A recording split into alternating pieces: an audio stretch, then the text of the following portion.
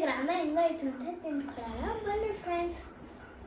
First son Moon ಹತ್ರ ಹೋಗುತ್ತೆ, moon ದೂರ ಹೋಗುತ್ತೆ, ಅದಕ್ಕೆ ಸನ್ನು ಕೆಳಗಡೆ ಅದು ಕಣ್ಣೀರು ಅದೇ ಥರ ಬೀಳುತ್ತೆ, ಹೌದು ಅದೊಂದು ಮಂಚ ಆಗುತ್ತೆ. ಆಮೇಲೆ ಅಲ್ಲಿ ಇನ್ನೊಂದು ಬಿದ್ದಿರುತ್ತೆ, ಆ ಸನ್ನು ಅದನ್ನ ನೋಡಕ್ ಹೋಗುತ್ತೆ. ಆಮೇಲೆ ಅಲ್ಲಿ ಸೂರ್ಯನೇ ಬಿದ್ದಿರುತ್ತೆ, ಅದಕ್ಕೆ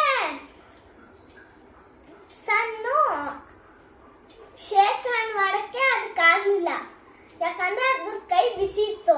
ಆಮೇಲೆ ಅದ್ರ ಪವರ್ ಯೂಸ್ ಮಾಡಿ ಅದು ರೆಡ್ ಆಪಲ್ ಮಾಡಿ ಅದು ಕೊಡ್ತು.